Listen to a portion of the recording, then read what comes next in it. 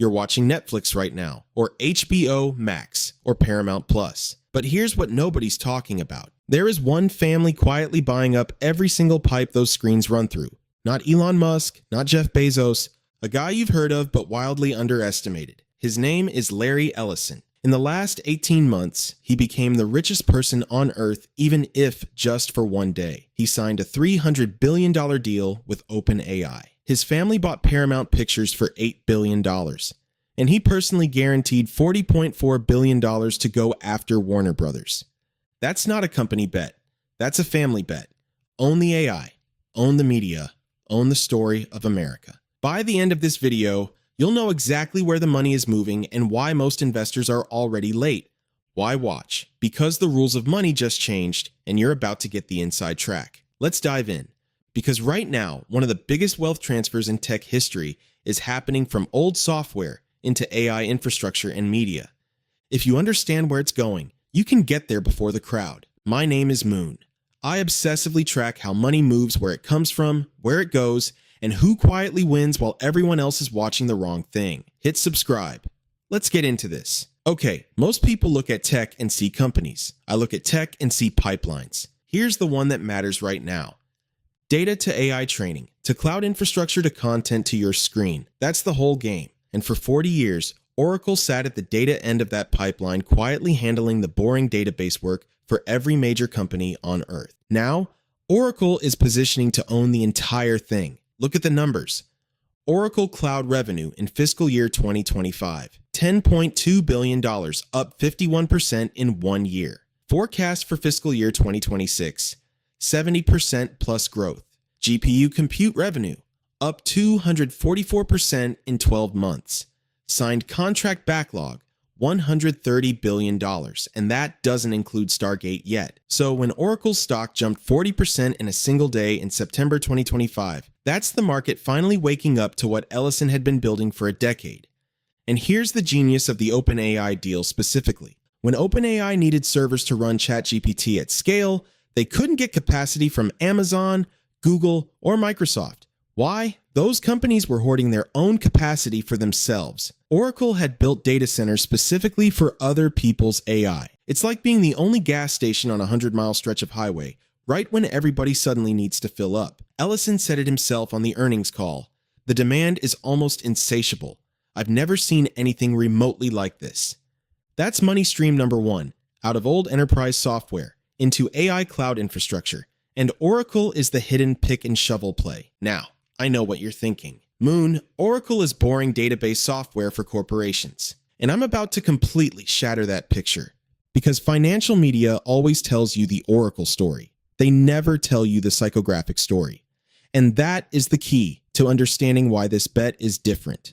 Larry Ellison was born in the Bronx in 1944 to an unmarried 19-year-old. At 9 months old, he got pneumonia. His mother sent him to Chicago to be raised by relatives. He was adopted. He dropped out of not one, but 2 universities. Then in California, drifting through tech odd jobs for a few $100 a week, he reads one academic paper, a 1970 paper by Edgar Codd about relational databases. And he thinks, this is it. Nobody's actually built this yet. In 1977, with $1,200 of his own money, he co-founds a company. That company is now worth over $500 billion. Feel the math. $1,200 to 42% stake to approximately $200 billion in personal wealth today. That's a 16 million times return on his original investment. But here's the thing nobody talks about. The reason he got there isn't just the idea. It's that he never sold. For 48 years, while advisors told him to diversify, while Oracle almost went bankrupt in 1990 and the stock crashed 80%, while everyone around him took chips off the table, he didn't sell. He doubled down. He is pathologically competitive.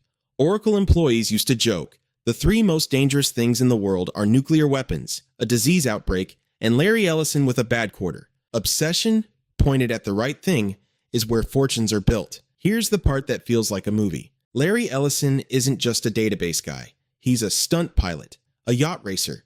He once bought a decommissioned fighter jet, and he passed that DNA straight to his son, David. When David was 13, his dad bought him a plane. an actual airplane. By 16, he was flying a German aerobatic aircraft rolling 360 degrees in under 1 second. By 17, he was performing at professional air shows. Why does this matter for a financial story? Because it tells you everything about this family's risk tolerance. While most of us were playing video games at 17, DavidEllison was voluntarily flying planes that could kill him. That's not recklessness. That's calibrated risk-taking. And that's exactly what Skydance Media is. In 2006, David drops out of USC, another Ellison dropout, and found Skydance with his father's backing. Everyone called it a vanity project. Look what actually happened. True Grit, 2011. $38 million budget to $251 million worldwide. Top Gun, Maverick. One of the most profitable films in Paramount history. Then, in August 2025, Skydance officially acquires Paramount Global for $8 billion. CBS, Paramount Pictures, MTV, Nickelodeon, BET, Comedy Central, Paramount Plus. The Ellison family now controls all of it, and now they're bidding for Warner Bros. Discovery, HBO, CNN, DC Comics, Discovery, TBS, and Larry Ellison personally guaranteed $40.4 billion of that deal. The GDP of Iceland is about $30 billion. Ellison wrote a personal IOU, bigger than an entire country's economy. So zoom out. Here's what Ellison is actually building. The Empire Stack. Every screen you're staring at right now, one man wants to own all of it. 1. The engine, Oracle. ChatGPT runs on it. Grok runs on it. $130 billion already locked in. Every AI prompt equals Larry Ellison gets paid. 2. The content, Paramount, CBS, MTV, Nickelodeon, $8 billion done. 3. Warner Brothers, HBO, CNN, DC Comics, personal guarantee, $40 billion. That's bigger than Iceland's entire economy. 4. TikTok, 170 million American eyeballs, already in the bid. AI infrastructure to Hollywood to news to social. From the server room to your living room, one family, one stack. Amazon tried it, Apple tried it, nobody's pulled off all three at once. Ellison's not trying to win the AI race. He's trying to own the whole track. From the server room to your living room screen. Nobody has ever owned this full stack. Amazon got close, Apple gets close. Ellison is trying to own AI infrastructure plus legacy media plus social all at once. Now, I know you're thinking, Moon, what do I actually do with this? Here's the principle I'd leave you with, and it's free. Don't just follow the price action. Follow the architectural logic. When someone like Ellison makes a move, the instinct is to buy ORCL stock. Maybe that makes sense. But the smarter question is, what has to be true for this bet to work? If Ellison is right, AI cloud demand explodes, leads to Oracle wins.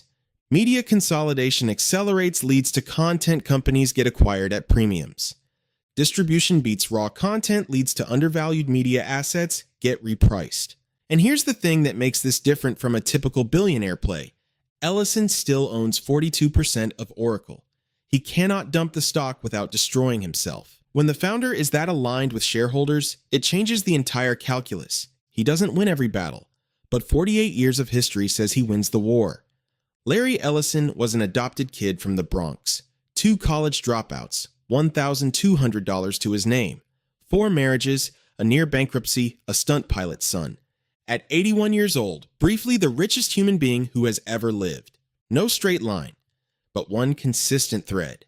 He picked something he believed in more than anyone else did, and he refused to let go. The compounding wasn't in the strategy, it was in the conviction. That's the thing you can actually take from this. You don't have to be Larry Ellison, but ask yourself, what do I believe in more than the crowd does? And am I holding it, or am I letting noise move me? That's where wealth comes from. Not from picking stocks, from picking a belief and holding it. If this changed how you see the money moving, drop a comment. Tell me where you think the Ellison play goes next. Hit subscribe if you want to understand the big moves before the crowd does. I'm Moon. See you next time.